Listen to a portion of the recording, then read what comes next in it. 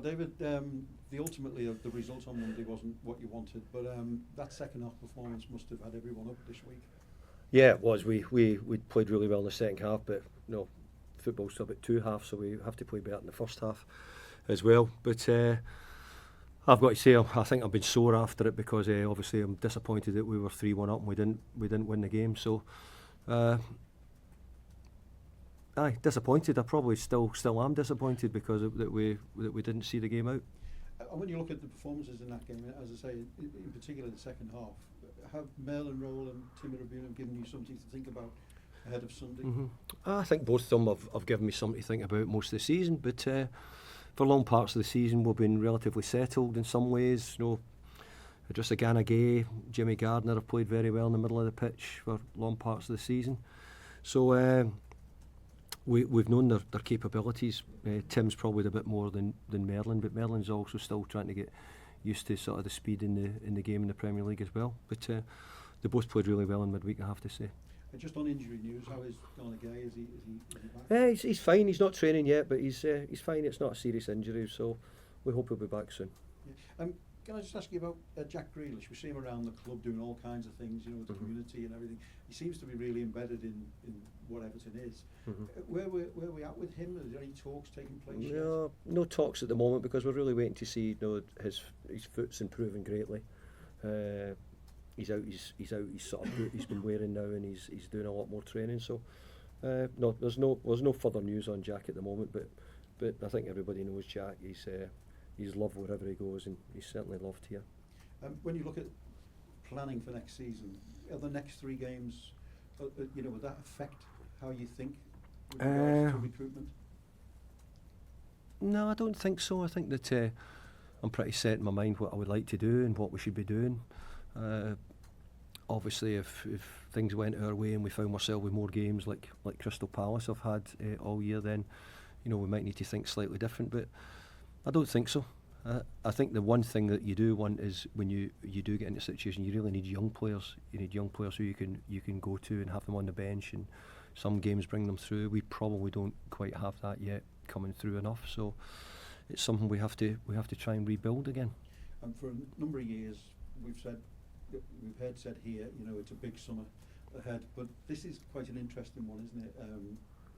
With regards to the players you have and the players that you'd like to bring in, and a World Cup as well, which probably complicates things. Yeah, I think the World Cup will complicate things a lot for a lot of clubs, not just us, and maybe the transfer market. Certainly in the early part, well, I might be wrong in saying that, but that's my thoughts. I think we want to continue building here. I think we have to. I think because we've sort of had a good year this year doesn't mean to say that naturally means that next year flows in and everything goes well. You have to keep trying to challenge and improve, and I'm hoping that we're able to do that.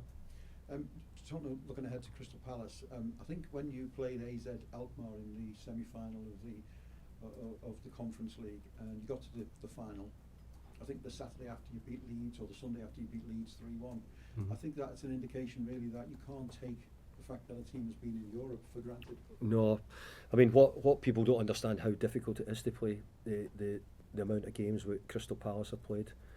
To play Thursday, Sunday football for a coach is really difficult because you've got such a big game in the Premier League coming up on the Sunday, and but yeah, all your focus is on winning a game on a Thursday night and then trying to quickly change over and be ready for it again on the Sundays. So difficult.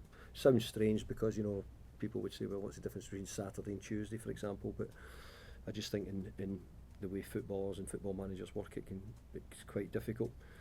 But Crystal Palace have done brilliant to get to a European final. Sensational for them. It really is. It's such a big thing. You tend to find you have effects after the games. You've just said that we didn't after a beat AZ Alkmaar, so I'm hoping that Crystal Palace find that they have some effects. Just finally from me, Oliver Glasner, it's been an odd situation because he's let everybody know he's leaving the club. What type of job has he done there as far as you're concerned? Well, I was going to say it was a Britishman who won or got to a final. It's not. He's obviously Austrian, and prior to that, I think Maresca won it last year, didn't he, as well? So we need to get more Brits winning or getting to the finals, that's for sure. but I think it's big congratulations to him and his team. I think they've done remarkable. Winning the FA Cup last year was unbelievable. It really was, and I think especially how they won the final as well was so good. So they've got good players, good team, good manager, and they've found themselves in another final, which is a European finals, incredibly special. Thanks, Dave. Cheers. Thanks, Al. We'll go to Simon at Premier League Productions. Hi, Simon. Hello again. Can I just ask you about what happens at the end of matches? I've just been talking to one of your players there. He just put it down to English football, essentially, with the last 4 matches now there being a goal in stoppage time and it changing the eventual result. Have you identified yourself here what exactly changes, or is it just that's the way that the Premier League goes sometimes? Because we've lost a goal late on. Yeah, I think sometimes, but most of the time it'll be some decision making. Some from the manager as well, I've got to say, but mainly from the players. I think if you look back, I could look back at the goals recently and think poor choices, poor decisions in final moments. You know, we could have seen the ball out in the game against Man City the other night. We chose not to. So quite often, you know, you're a manager, you're hoping that all the decisions in the pitch they make more right than wrong, and a couple of late decisions in games have cost us a little bit, and it's hard to take because we really we should have been picking up 3 points in midweek. We should have been, not necessarily because that we deserved it more than Man City, but just because we got ourselves in such a good position and we weren't able to follow it through. Have you got a big decision to make in terms of who starts up front now? Tierney's got 8 goals this season. Obviously. Yeah, a little bit. I think when somebody scores 2 goals, but I think Beto's been quite consistent in the last month or so. Certainly, the last 5 in his last 7. So from that point of view, there's another argument to that. So yeah, but I think really all season I've had a decision to make. You know, we've chopped and changed a little bit with them and found who's in form, who's scoring, who looks good in training, who's scoring a bit more. So yeah, they have. And I know we have touched on it before, but is there ever going to be a situation that you can imagine where they might actually both start together? Maybe. But it would probably be something we were saying. You know, you need to change quite a few bits and pieces for that to happen with the team. We've done it before. We've tried it before in the odd game. But you know, if I get to a point where I have to do it to try and win, if it's a must-win situation, then obviously I would try and get the most attacking players on the pitch as I can. And just finally for me, then you talk about attacking players. It's the first time, I believe, in Premier League history that Everton have had 3 players who've scored 8 goals or more in the same season. Yeah. That's got to be a positive tick in the book, hasn't it? It's a great tick in the book, but it's telling you that we need to get more goal scorers and we need to find more over that time. If it's only 3 8s, you know, I would have been hoping that we had already done that quite easily. So well, you have with maybe a couple of players, but it's never been 3 or more. No, I think in years gone by, I think they'd done it prior to the Premier League getting started. The last time I think was the couple of seasons before, where it was, I've written it down actually, Tony Cottee, Kevin Sheedy and Norman Whiteside was the last time that Everton did it. It's more than a few seasons back, that isn't it? Not before the yeah, that's right. So no, you're right. But when I heard it, I thought for us not to have got goal scorers, it just shows you. You know, I think to be successful or really successful, you need to get quite a few players getting up to 10 goals, and certainly centre forwards you're hoping can possibly get more. Thank you. Thanks, Simon. We'll go to Julia at Radio Merseyside. Hi, David. When you are talking about the likes of Merlin and Tim, and they're all knocking on your door wanting these chances, and you're saying, you know, actually we had this balance and it was working. Is that one of the more complicated things as a manager? How do you balance that in here? I just wondered, how do you go about? Do you change it, and what makes you make that choice? It is. It's a big part of being a football manager, and a big part of how you have to work. You have to find a way of giving over bad news well, which sometimes can mean that you're not starting, you're not playing, but you've also got to understand that the manager's there to make the decisions. We're not doing it because we don't like you or just something like that. We're doing it because we either think there's a reason for it, and I think most players do understand that. But it is a big part of the job, and then I have to keep these players ready and able, that when they do get the opportunity, that they're in the right frame of mind to play and come on and make the difference. and I have to say they've been great. Both the boys you talk about are terrific boys, really are. And you know, I'm pleased because Tim's actually done quite well most of the season. He's been in and out a little bit, but he still had quite a big number of games this year. Merlin, as I said, is getting used to it, and I think people are just beginning to see maybe what Merlin can be or what he is. We're still trying to find out exactly what the usage for him. We're trying to use that great sort of running style he's got and gait in the right areas, and see if we can use it to our advantage. You mentioned the decision making there late on in games. You know, you've said you're still not really over what happened on Monday because you actually had more shots on target than Manchester City as well, so that shows the quality that you had on the pitch. That decision making though late on when you're tired in a game, is that just experience? Is that anything you can replicate in Finch Farm? No, well, the first person I'd look at I would always say, you know, what could I have done different? I very rarely through my career would make substitutions when we go into injury time.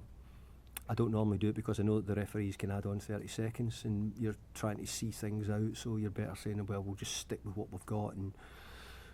But Harrison couldn't go on any more. You know, we had to, Tim couldn't go on any longer. I'd just seen them running past Kiernan a little bit at the end, and I thought, oh my goodness, I don't want us to lose out on this. So you try to make those decisions, and then actually you get done with a minute extra time over the 96 went to 97, which the referee was in his right to do so. So I always look at myself first to see if I could have done it better or if I could have done it different. Maybe one of them I could have made a different choice, but one of them was a must. I had to do it. But I do think that the players have got to take a bit more concentration, and we broke away in the last minute against Man City. 3 players go chasing up the pitch. I'm saying to myself, was that required? Wasn't required. One of them maybe, 2, certainly not 3 of them. Before you know it, we get caught out and we end up. It leads to we get beaten. We lead to a corner kick where they score from. So poor decision making really, and that's on the pitch. That's not off the pitch. How long, when you say you think about that, how long as a manager or as a person do you mull over those results for? I think that one stuck quite badly because even though, like, I think if people said we drawn against Man City, especially the way they are playing and where they're at, but I came away really disappointed because I thought, what an opportunity. We'd let one go at West Ham, I felt, as well, which we shouldn't have done, and even against Liverpool here, we got ourselves in a situation where I didn't think we deserved to lose the game. So we've come away from 3 pretty good performances generally, and not doing huge amount wrong, but lapses late in the game have caused me. 3 games left. What do you feel you would need for you to be satisfied with the season, whether it's Europe or not? What would you want from that? Well, I want us to play well, and I think we have done for most of the season. I think we've been a more progressive team, trying to play better football, trying to, stamp something down which suits us as a team. We're a long way off a Man City, for example, who in the first half of the other night were outstanding. So we need to find how it works for us. We need to work hard and do all those things, but. While we're doing that, we're trying to improve on the ball and try to be a bit more exciting with the football we play. So I want that really. I want us to keep getting better at all those things, nudging it along every game if we can. But there's also winning's the biggest thing for me, and always has been, always will be. And so winning the last 3 games would be the ideal solution. And just finally for me, taking on Palace, they're in a European final. Villa last night as well. I'm sure you watched it. How much has seeing what they've done this season make you want to bring European football to Hill Dickinson Stadium, to Everton, and have that run? No, it's only a couple of years I did do that. I got a chance to do it with West Ham, and it was amazing for the football club, amazing for the supporters, the players, myself, staff. It's very hard to put in words what it feels like.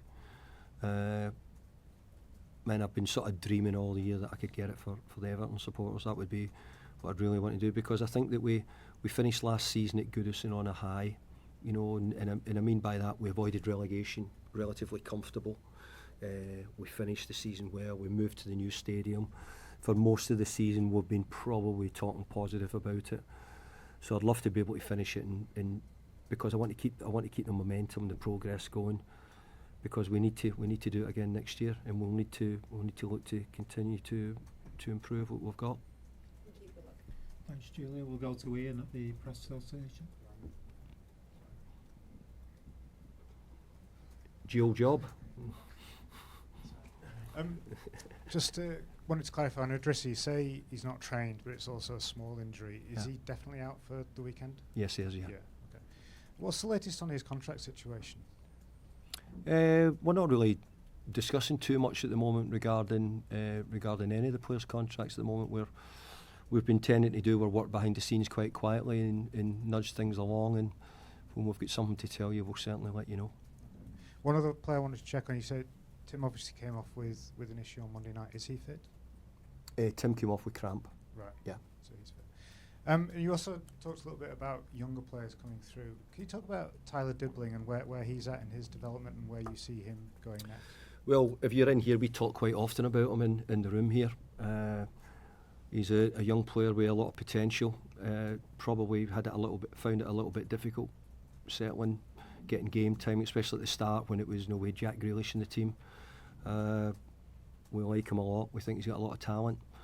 So he'll have a lot to show next year, and hopefully he'll show that when he gets the opportunities.